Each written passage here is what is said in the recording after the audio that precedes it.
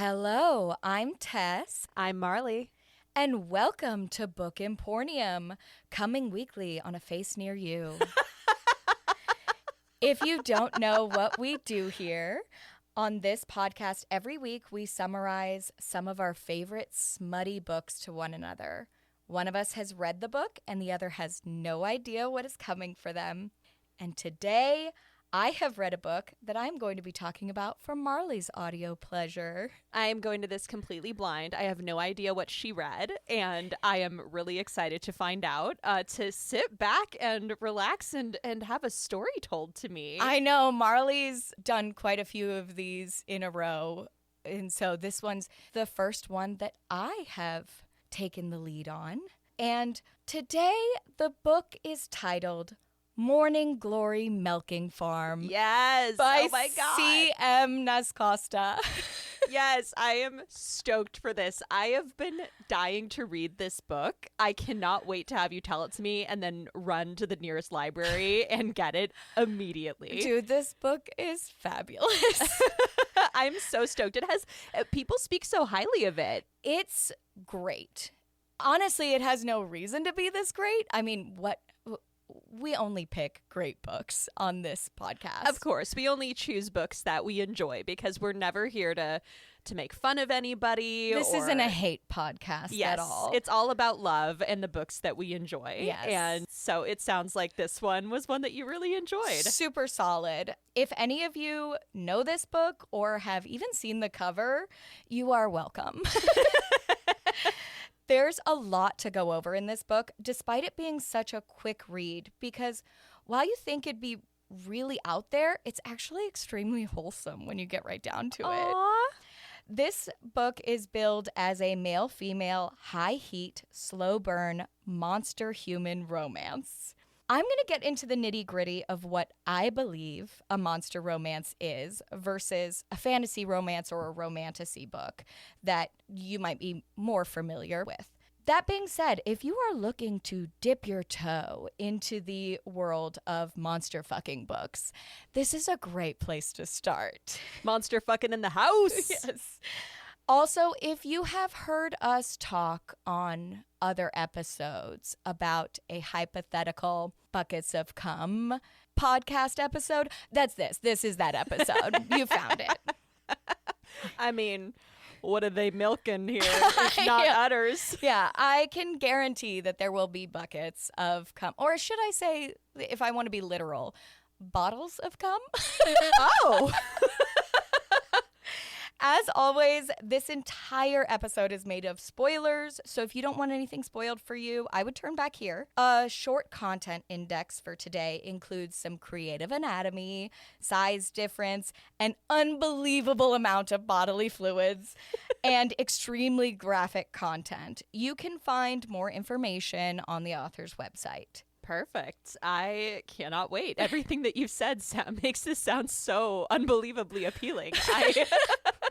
Right?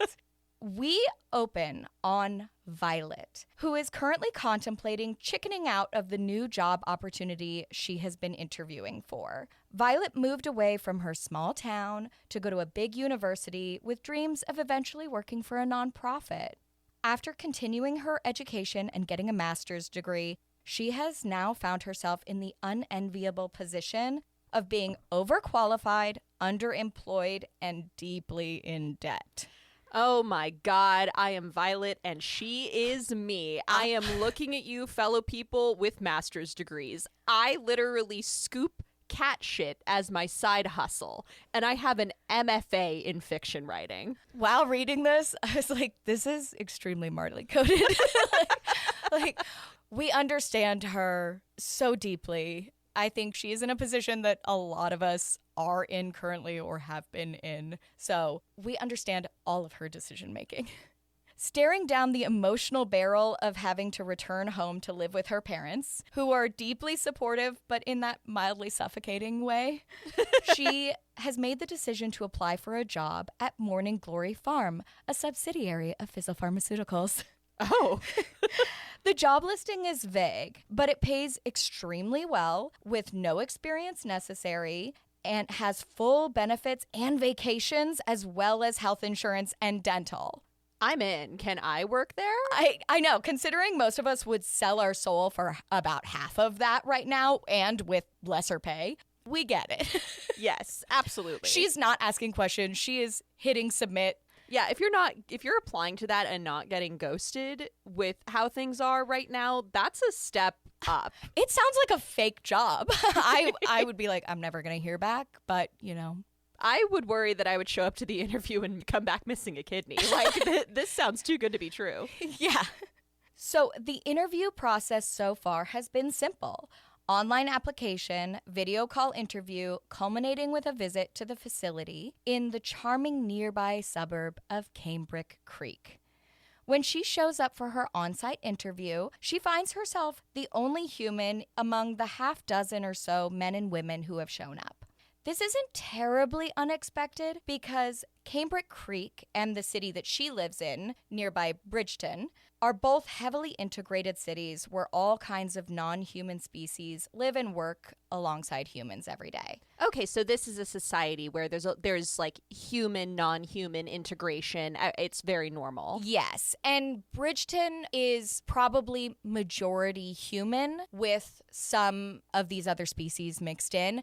Cambric Creek, on the other hand, is majority other species, non-human species. She's in the minority in Cambric Creek. Interesting. Okay. This universe has trolls, orcs, goblins, nagas, animalistic hybrids that I would not call shifters because they are constantly walking around with their non-human features built into their physiology. It really runs the gamut in this world.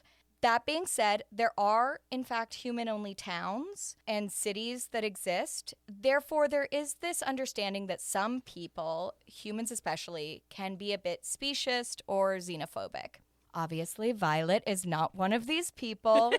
And this is a very lighthearted, cozy book, so constant or graphic examples of discrimination are not going to be a theme in the novel. However, it's discussed in a background way from time to time to give you a bit of an understanding of how much of a fish out of water she is in Cambric Creek specifically. Okay, yeah, that makes sense. So, there, of course, because humans going to be humaning, there are references to that existing within this world, but it's not a primary feature of the story. It's mostly about her, and she herself is not discriminatory against non-humans. No, and she left her human-only town to go to a big university in Bridgeton.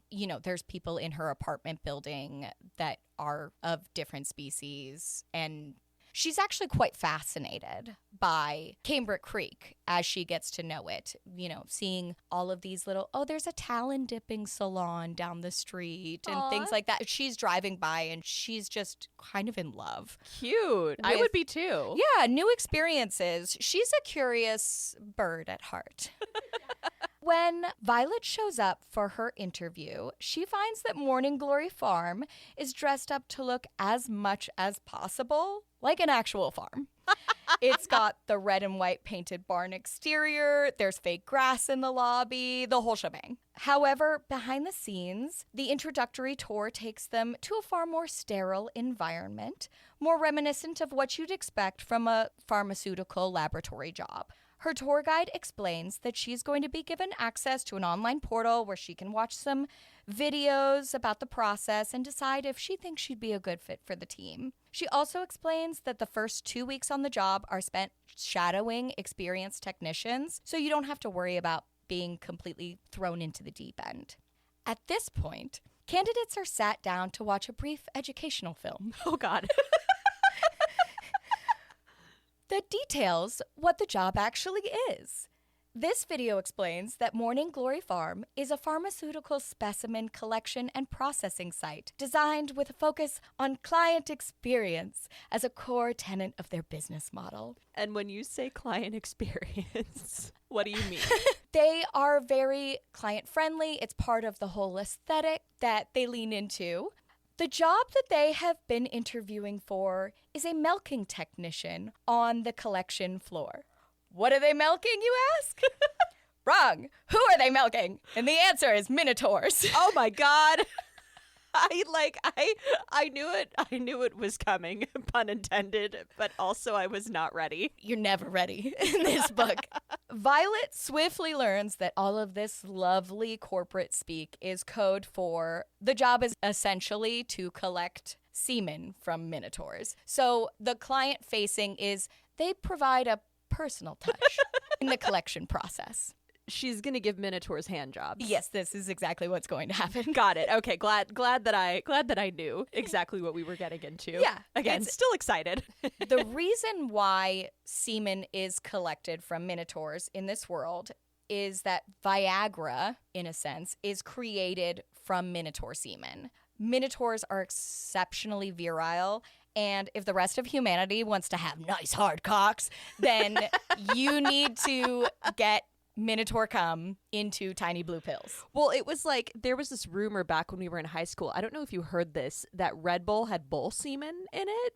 Did you hear about this? And it stopped nobody from drinking it. No. Everybody's like, that's fine. Least of all me. I was like, I'm into it. Red Bull and a bagel is still my ideal breakfast. Do I still have that?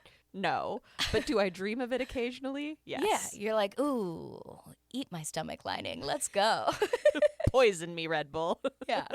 As you can imagine, this is a bajillion-dollar industry, and everybody is paid well, including the minotaurs giving their genetic material and everybody involved in the collecting process. Violet is a little conflicted about taking this job. It is explained very clearly that this is all done in a sterile environment with PPE, which is personal protective equipment. We're talking scrubs, masks, surgical caps, etc. The goal as a collection technician is for a plentiful, speedy collection. I'm doing air quotes right now. This phrase gets used a lot. Plentiful, speedy collection. I take psychic damage every time you say that. This is accomplished using a machine, but as the milker, you will be guiding it and assisting in the collection process by providing manual stimulation for a large majority of the time. So it's not really sex work, but it is sexy work or sex adjacent. Like there's an element of it in here. Yeah, I would say so. I would classify it as that. Yeah, I want to take a second here to note that we on this podcast are very sex work positive. And while Violet is conflicted about taking this job in part because of the sexual aspect to it, the author does a great job of explaining that to most non-humans in this world, they would not consider this sex work. And the minotaurs themselves consider this a very natural process. Everybody does it, and it is not looked at oddly. So in the monster society or the other species society, you would be very open with this job, and it's not something that you would be probably more tentative about. Okay, yeah, they sound very evolved. Yes. I like that. Yeah, they're very open, they're very liberated. They don't have all the hang-ups that the human society would necessarily have. And Violet is aware of that, and she takes her time, but she comes around on that way of thinking. Oh, I bet she does. Yeah. In the end, Violet decides that she is going to take this job, and she's going to be fucking good at it. She's an educated woman. She's going to watch these training videos 100 times over and learn all she can about hand placement and friction and whatever else she can learn and be the best damn milking technician that they ever did see. We love a woman with gumption. Right? She takes notes. She's like, I've got a master's degree. I can fucking do this. Does it say what her master's degree is in? Yes. Good question. She got her undergrad in art history, specifically with architecture, and she got her master's degree in nonprofit management. So she really wanted to marry these two and kind of work maybe in urban development or historical preservation, something along those lines. Okay, interesting. Okay. And there's just nothing available. People stay in these positions until they die, and the job market has dried up completely by the time she graduated. And she's being forced to pivot. And I think that's what's holding her up also. about this job is more that it's not her dream job. It's not what she thought she was going to be doing. Fair. She did not go to masturbating hand job school. No, you know, if we could have all minored. A week later, Violet arrives for her first day on the job. Now, I'm going to take a minute to explain the mechanics of the collection process facility. Fair warning going into this, if you do not have a mild medical kink, you just might catch one. Also, if you do already have a mild medical kink or a strong one, congratulations, buy this in hardback. The collection rooms are set up so that there's a padded bench above the collection area. Minotaur clients will be separated from the milkers, with their stall being about half a level above where the milking technicians are working. From the Minotaur perspective, they're kind of coming up on what is essentially a semi-upright, half-open massage table with a convenient hole to access their junk. And that hole and their junk is going to be at about eye level of these technicians who are working below them. From the technician standpoint, you're working in a clean room with linoleum floors, an autoclave for sterilization, lots of hand sanitizers and pumped out lubes and things like that. In the middle of the room, there is a large cylindrical milking apparatus with a hose that's attached to a suction stimulator device that is what's going to be placed onto the Minotaur cock to collect the semen, which is then taken through a tube and into the milking apparatus and spun down into these cute little milking bottles. Oh, this is where the bottles come in. Yes, it's so cute, so kitschy. They really lean into the farm aesthetic here. So I might be skipping ahead. Where does the hand job part of this come in? Because there's something attached to them, or? So they're going to be giving hand jobs for the majority of the time and then slipping on this suction nozzle towards the end of the process. Oh. More or less when the Minotaurs are coming, that's when they're gonna put this on. They're not going to do it the whole time. And this is sort of the personal touch, the aesthetic, the whole reason behind Morning Glory Farm is that they're having technicians do this. And it's kind of, the language used is kind of massage. So you're allowed to tip your milking technician. Oh, I bet you are. Yeah, you're allowed to make some minor requests of like what color scrubs they're wearing or something like that. And you can request the same technician again later. They won't tell you when they work, but you could put in a request. So they don't, because of the masks and stuff like that, they're not really seeing what their technician looks like. No, they're not getting a full view of their technician at any point. And it's a little bit anonymous. You know, you might hear their voice as they're giving this hand job. And this is considered a high-class facility. There are other facilities in this world that are less stringent. The management of Morning Glory Farm does health testing and all of that to ensure that their product is of highest grade. And they want the output to be as large as possible. And just slapping a machine on somebody isn't going to produce the output and the experience that they're really trying to get here. Okay, yeah. So that they want it to have that personal touch, as it were. Exactly. It is really... We've all worked a client-facing job. Never one like this, potentially. Speak for yourself. This is part of their business model. And also you have to maintain sterility, and you're going to need people to turn off and on machines at certain times. And just having one of these bulls in a room jerking at themselves is it's not going to produce the highest quality product. They have grade A beef here, and they are going to continue to output grade A material. All right. So, Marleigh, I know you don't love the modern farmhouse vibe, but how do you feel about medical masturbation farmhouse? I might be coming around on it, you know? We're not talking about shiplap here. No. We're talking about dick slap. Exactly. Oh, you don't know how much we're talking about that. I'm also going to describe minotaurs themselves here. And don't you worry, I'm going to describe their overall features, but I'm going to go into specifics on their dicks. Just know I got you. I would love that. Minotaurs in this world are bipedal, which means they stand up on two legs and they have the generalized musculature of a humanoid being. Think abs, pectorals, you know. They have humanoid hands with all 5 fingers, but their feet are in fact hooves, so they taper into hooves. When it comes to their faces, it's pretty much full bull. They have an elongated face with a bull cow nose, mouth, head with horns. They have hair on top of their head between their horns, which is common for a lot of real-life bovines anyway. But it's good to know in case you care about hairstyling in your own fantasies. Also, their skin is going to be more of a hide. They've got a velvety fur that's covering their whole body, and a lot of them have patterning and coloration that you would see, like the traditional black and white or brown and white patching that you think of when you think of a dairy cow.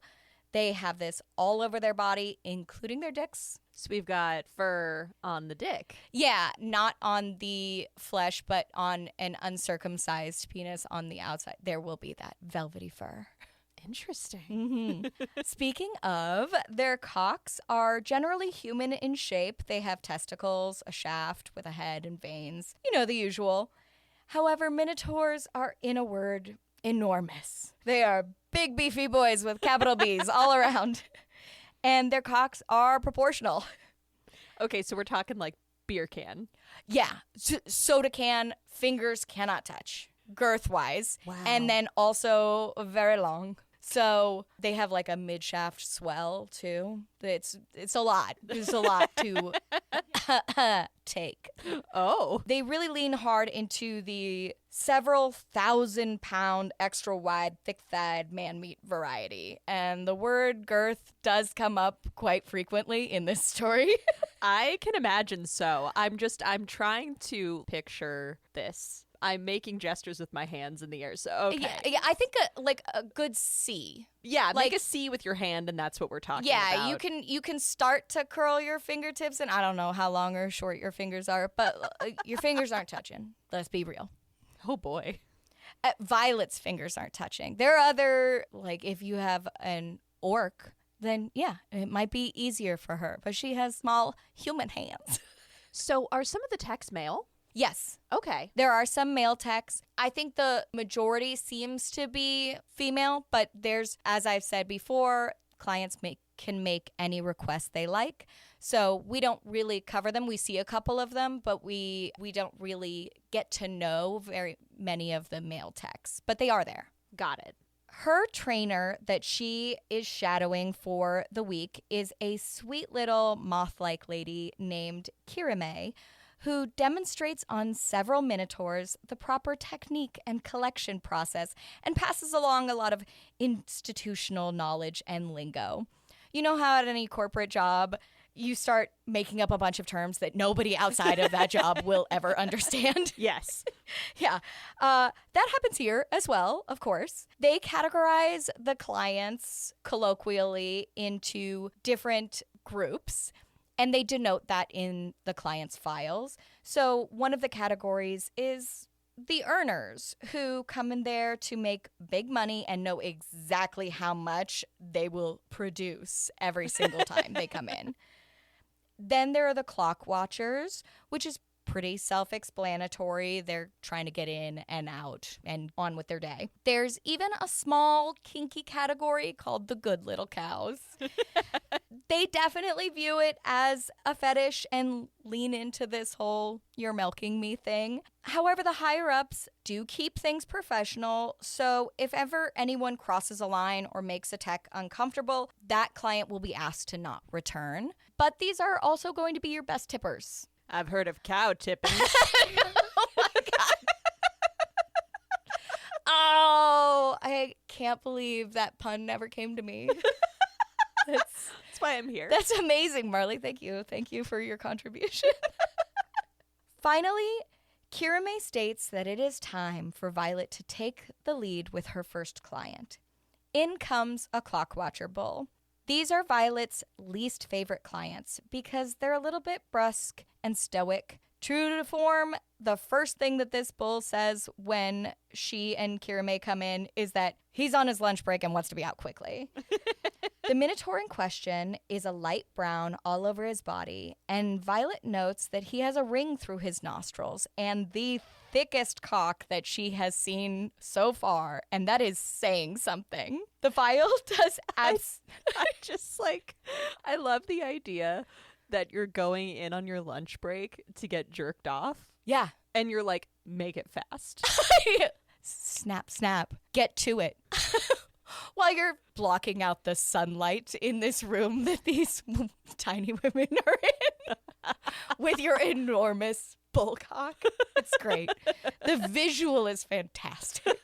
It really is. The file has absolutely nothing for her to go off of. But despite her nervousness and the lack of information, Violet manages to give a fantastic hand job to this client who becomes quite responsive to her. Strangely, she finds herself also responding to this little encounter in a way that she doesn't with other Minotaurs. She finds herself fantasizing a little bit while she's on the job, which is unusual for her. Giving her a little bit of a wide on. Oh my God. It's going to have to be wide for that bull cock. Yeah, it's going to have to be wide indeed.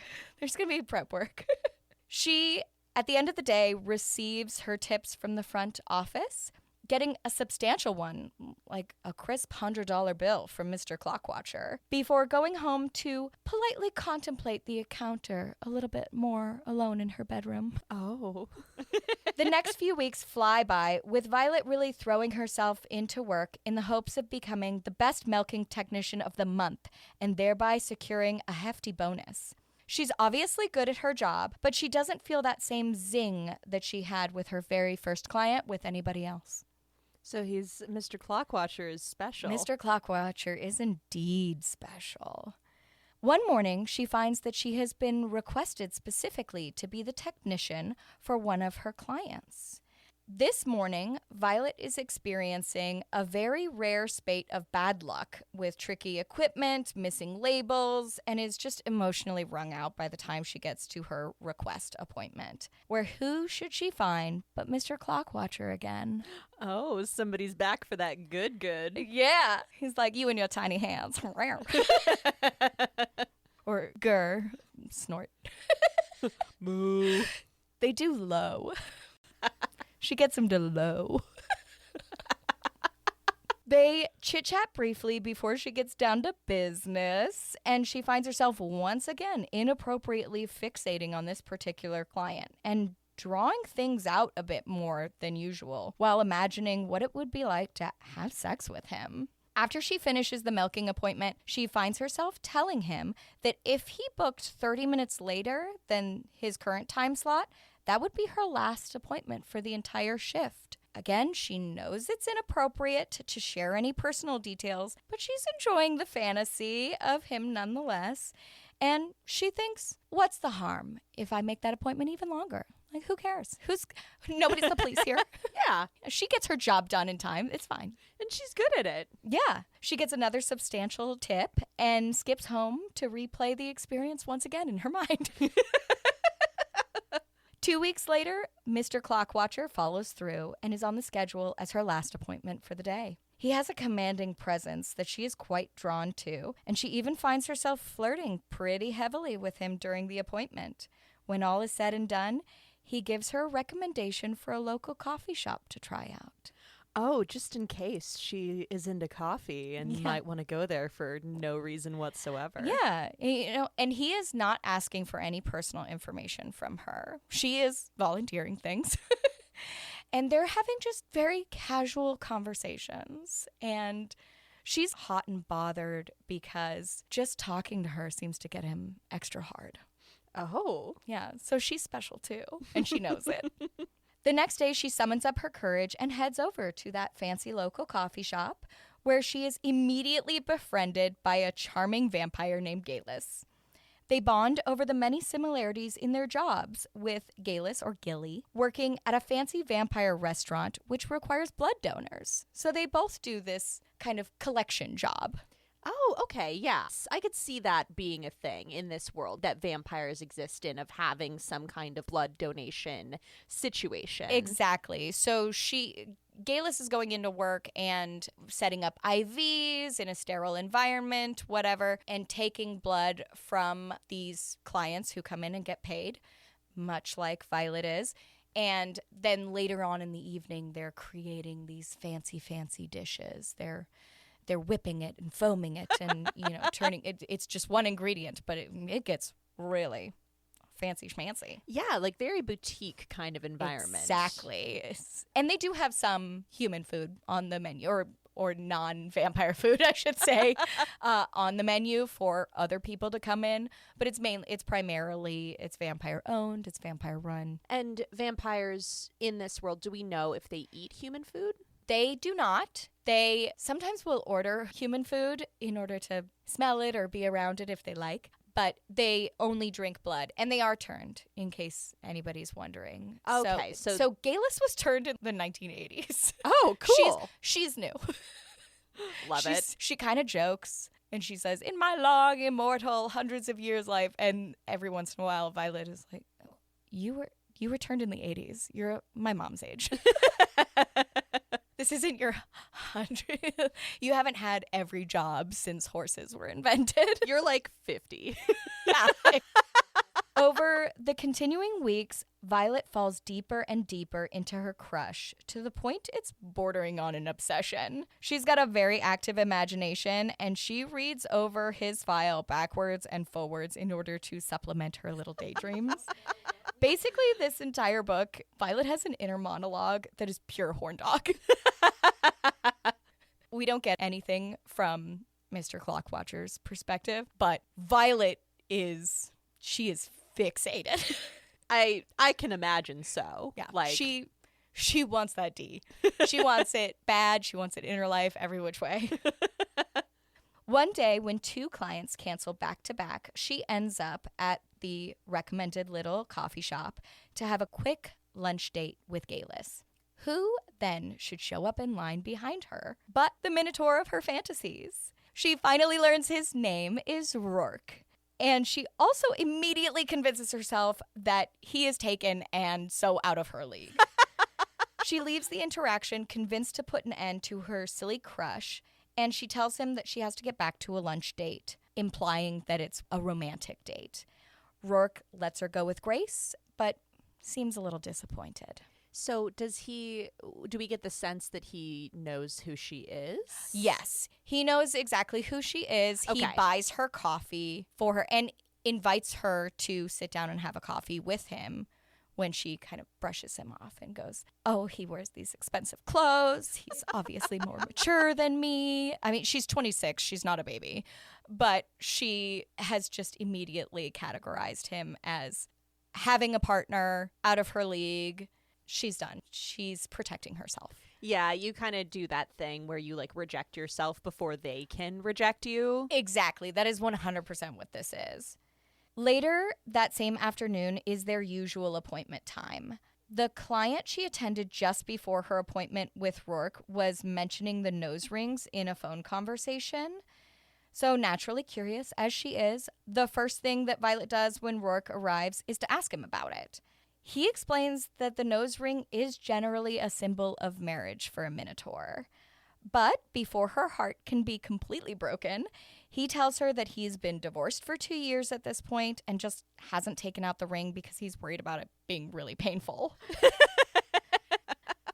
I used to have a septum piercing, and I remember before I officially firmly took it out, I had it out for a day or something, and getting that motherfucker back in was so painful. I don't blame him for not wanting to take it out. Yeah, he wasn't emotionally ready for a minute, and then he's, oh God. Like, it was not fun getting this put in. We don't blame him. Not at all. But you are walking around with essentially a wedding ring in your nose. Yeah, it's kind of like not changing your name after getting married, like changing your name back to your maiden name for women who decide to take on their husband's name. I know that my mom did that for years because she was just lazy. Yeah. She's like, it's not like I still want to be with my ex, but the whole name change process is so long and complicated that I do get it in a lot of ways. Yeah. If it was as easy as taking off a wedding ring, no excuses. But in this scenario, we commiserate with Rourke. Nobody wants to go to the DMV. After telling her that he is single, she fesses up about the lunch date being with her friend. Oh, okay. Yes, and they get back to their regularly scheduled flirting. I love it. As a person who loves angst because I'm sick and twisted, I also appreciate it when something like this kind of everyday miscommunication and feeling each other out is done right. This author handles it quickly. They talk like grown-ups. It is not a big deal. They have an incredible way of making these characters so grounded and so realistic at the same time as they are in this absolutely batshit scenario. It's just really refreshing and kind of a delight. Yeah, you need to have that grounding to make something enjoyable to the reader. To be fair, all of this is enjoyable to me. Like I am loving this story, but I love the idea of grounding the characters in reality and actually having them be real people and like normal people and telling this unconventional love story between them. It's wild, but it's still very rom-com meet cute, and all of their problems are very pedestrian. They're very everyday. They're like divorces, scheduling conflicts, my milking machine broke. It's the everyday trials and tribulations of real life. I hate it when my milking machine breaks. Don't we all? Such a bummer. Shortly thereafter, on a day that she has an appointment request from, we assume, Mr. Clockwatcher, Rourke, Violet is assigned a trainee. This trainee is spectacularly bad at her job. Oh, no. Because she has no interest in looking at the client files or varying her technique, shall we say. And when Violet gets to Rourke, she very firmly takes over. I'm going to handle my bull. And he tells her at the same time that he is getting his nose ring taken out this weekend. Oh, so he's committing to doing that really uncomfortable thing. Yeah. Kind of for her. And it's not explicit, but it's heavily implied that he is doing it specifically for her. Oh, that's really cute. I know. They're so sweet. This is together. such a wholesome story about jacking people off. Yeah. Sadly, Violet isn't able to see her big bull again for 2 weeks because she has to fly home due to her great aunt passing away. Her great aunt is actually really close, is more of a grandmother figure living with her parents, and so this is a big deal. Oh. When they meet up again at another appointment after that 2-week period, he jokes a bit about leaving him with the amateur trainee who they call Stiff Grip Sally. And him being a bit worse for wear. After the appointment ends, she tells him the reason for her absence. And he is incredibly sympathetic. He tells her to clock out, meet him at the coffee shop so she can tell him all about this person that she has lost. And she wants to be comforted by him. I mean, not to make jokes about this, but it would have been kind of a boner killer for her to be like, my aunt died, now let's lube up. Yeah, exactly. She waits until after the appointment is over to let that drop. I felt the same way. I was like, oh, please don't tell him beforehand. And she wants to cry, and she's, they're very jovial and all of that stuff. And she's still, part of her is still trying to distance and get over this little crush. Who among us has not cried while giving a hand job? No, it's like a mixed bag, but it's a very emotionally intimate scene as well as physically intimate. Yeah, no, I'm over here being their a hand dickhead. jobs are a dime a dozen at this point. I'm over here being a dickhead, making jokes about it, but I do understand the emotional aspect of it. She's like, I want to curl up in your arms and cry. And at the first given opportunity, she's like, I should distance myself. Yes, I will go to coffee. Hold on, let me clock out. Absolutely. Now I'm going to stop for the last time, I promise, and blue ball you for a second in order to break down what I consider to be the monster fucking scale. So this is where we come into the difference between a romantasy book and a monster fucking book. Now, if you read regularly in this genre of romantasy, which ostensibly I think you do if you're listening to this podcast, you've probably dabbled in the shallow end of this scale kind of naturally. A lot of people across the internet have come up with various scales and systems to identify how crazy a monster fucking book is going to get. I personally subscribe to a mental scale of 1 to 6. A level 1 monster is someone I would hardly consider a monster at all. They would look and speak exactly like a human, except maybe they have some minor difference. Think pointed ears on an elf or fangs on a vampire. Like, would you consider a tail a level 1? No, I would consider a tail in a different category. Okay. But it's like a human plus. A level 2 monster is probably going to be a shifter of some sort. They will look mostly human all of the time and definitely still be in human form during sex scenes. But we can start getting some slightly creative anatomy, and they can be seen as pretty monstrous in their shifted form. So we've covered Zodiac Academy. Mm-hmm. That's going to be a lot of the characters in Zodiac Academy is going to be a level 2 monster, in my opinion. Okay. This is all my basis. This is not like an official scale. I mean, you're the expert. I am taking the bull by the horns here. But not by the penis. Yes. Sad tear. A level 3 monster is going to have some non-human features all of the time. This is where I would put your tails. Right. And maybe cat ears would be like a 2.5. You know, we can get into intricacies, but these monsters are going to be standing upright. They're going to have the correct number of hands, feet, eyes, ears. They might be color swapped, have wings. This category is going to hold a lot of our sexy demons summoned from another world, or a lot of our aliens. Yeah, I would say so. Yeah. Level 4 is where we really start to make our way into monster fucking. In this category, not only are we going to have non-human features all of the time, but we are also getting changes in anatomy that are very clearly nowhere near human. This is Beauty and the Beast, where Belle definitely fucks him in beast form. And it's this area where you're going to start saying out loud with the class, are we ready? It's not bestiality if it can talk.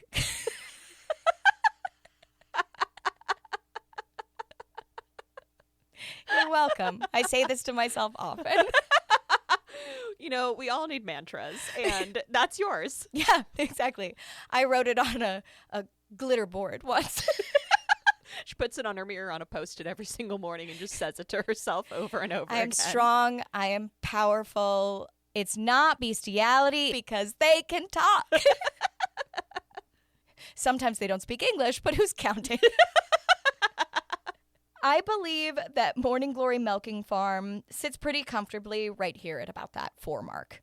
We are just past that halfway point in this scale where pretty much everything is going to be billed as a monster fucking book or a monster romance or something of the like. This explains why this book is such a great way to find out if this genre is for you. If you don't like all the specific kinks in this book, that's fine. But if the level of monster that the male main character in this book is squicking you out, then maybe going further on the monster fucking scale is not for you.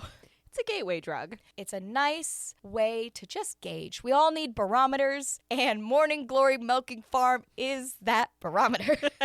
Just dipping your toe into monster fucking. Dipping your toe, finding out what's going on in there. And then you find yourself reading so much more. At a level 5, we have left humanity pretty firmly behind at this point. We are talking too many legs, too many eyes, maybe some joints don't bend the same way. Oh, God. But while there is creative anatomy, it might still be somewhat compatible with human anatomy. And there's overall a humanoid shape, even if it might be a little loose here. Okay. A level 6 monster fucking book is the deepest of deep ends. This is real. What the fuck did I just read? There is zero humanity here. I am talking sentient ball of tentacles. I am talking insect aliens with ovipositors. Just true batshit level crazy. A lot of rushing to see if there's author-sanctioned fan art to describe what I am imagining. Okay. As a woman of culture and taste, I have read a few Category 6 monster fucking books. But to be honest, they're a little hard to come by. So any listeners out there who have read any well-written things in that category, feel free to send them my way. bookemportium@gmail.com. just put in the subject line for Tess. For Cat 6. It's like a natural disaster. It's beautiful. Back to our story. Thank you for giving us the monster fucking scale. Yeah. I love knowing this. I feel so much more educated now. Right? Exactly. It's good to know. And as I said, this book is subtitled A Monster Bait Romance. Monster bait. Okay. Yeah, bait, B-A-I-T, like baiting a hook, not monster bait, a play on masturbate. Yeah, okay, now I understand. Yeah, I feel like it could work for both. In this instance, absolutely. Yeah, I was like, was this an editorial error? We'll never know. Back to our story. We skim over and get a bird's eye view of the next few weeks of their dating life. During all of their dates, they have super cute banter, and while they have insane chemistry and kisses, Rourke, the gentleman that he is, has decided to take it very slow. Since their relationship started out on the more sexual side due to the nature of her work, he has put in a lot of effort to getting to know her and has stopped visiting her for their weekly appointments at Morning Glory Milking Farm. Okay, so they kind of were in the deep end together in terms of sexuality, and he's taking a step back from that now to get to know her better. Exactly. They already know that they're sexually compatible. In one way. In one way. And he knows and she knows that they're attracted to each other in that environment. But they're going on walks around town. They're visiting museums. All of that. Nothing beyond a kiss. And while Violet is extremely grateful for that, don't get her wrong, she's also unbelievably fucking horny. I mean, she was horny before they started dating. Exactly. So. She has been fantasizing nonstop about this guy. So at this point, she is determined to sit on this man's face or die trying. So for their next date, she decides to go waxed and pantyless, showing up at the restaurant. That's bold. I love it. Yeah, you got to make some moves. It's bold and it's bald. Galus is the one that waxes her on the kitchen table. They're super close friends. Oh my God, I didn't even realize. Well, how come you've never waxed my pussy for me? This is a failing on my part. Whip it out, girl. Hold on. Sorry, guys. We had to go bond our friendship closer. I know. We weren't close enough. We only occasionally spit in each other's mouths. Why not? We got to take it up a notch. I still maintain you've seen me naked more times than my boyfriend has. Oh, for sure. For sure. That's a given. He's your boyfriend. I'm your wife. Exactly. As I tell him repeatedly, I'm like, listen, I love you so much, but I'm married. Yeah. To a woman. When Rourke discovers her lack of underwear, he, of course, immediately gets her off under the table with some fancy finger work before agreeing to go back to her place. Oh, impressive. Mm-hmm. He's good at it. He better be, because she's good at hand stuff, so he has to, he has to step up to the plate. The turnabout is very fair play. He is physically huge in her little apartment. Her space is not meant for a man of this size. And it is quite obvious that nothing is designed for a minotaur. He's going to wreck the floors, break out the ceiling fan. It's going to get wrecked. But she does not care because, in her opinion, her vagina is designed for a giant minotaur. So who cares if the space isn't designed for it? Rourke decides that in order to have PIV sex, she's going to need some time to relearn how to walk. So instead, he eats her out and puts her to bed and tells her to pack a bag so she can spend the weekend at his place on Friday. Oh. He's like, I'm just explaining. I'm going to wreck your shit. So we're going to have a whole day for this. Finally, the big weekend has arrived, and they have a 1 a.m. dinner reservation at Gaelis's fancy vampire restaurant. So Rourke, being the practical man that he is, has decided that since dinner is so late, they're going to fuck first and do dinner later on. I love that. Personally, I think that that's the order that you should do things in. Yeah. Because who wants to have sex after you're full of food? Absolutely. Work up an appetite. Yes. She's going to be full. It's just... As is now his stated usual preference, he eats her out first, gives her a heavy dose of lube and prep before finally letting her have the cock that she has been dreaming of.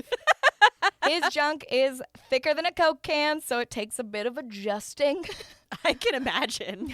But our girl Violet knows that she's going to be ruined for any other cock after this pretty quickly. She's like, there's no turning back. Understandable. Yeah. I mean, damn. Plus, what's a girl supposed to do except fall in love when a man can produce 24 ounces of cum in one go? Like, this is messy business. And other men cannot measure up. No, she is here for it. Let's ruin sheets. Gang, gang. After this, we time skip again and get a glimpse into our lovely couple's Saturday morning routine of lazing around in bed together, going at each other like horny animals that they are, and exploring all of the charming things that Cambric Creek has to offer. We even get gifted with Violet fingering Rourke. So not only do we have masturbation milking, we also have some prostate milking. We have all the milking. Oh my gosh. It's everything you could want. The milking farm really does live up to its name. It's a one-stop pump shop. Yeah, exactly. They don't necessarily do it in the pharmaceutical collection facility, but she does it at home because she's a go-getter. She's a winner. She's a rock star. She's determined. Yes. Eventually, Violet gets her dream job by doing historical research for a building commission in Cambric Creek. But she keeps her job at the milking farm part-time, doing only 2 shifts a week so that she can still milk her favorite bull. Oh my God. She's not going to let anybody else take over that job. She asks Rourke if he's okay with her keeping the job, but because he's perfect, he has absolutely no problem with her continuing on with work that she enjoys.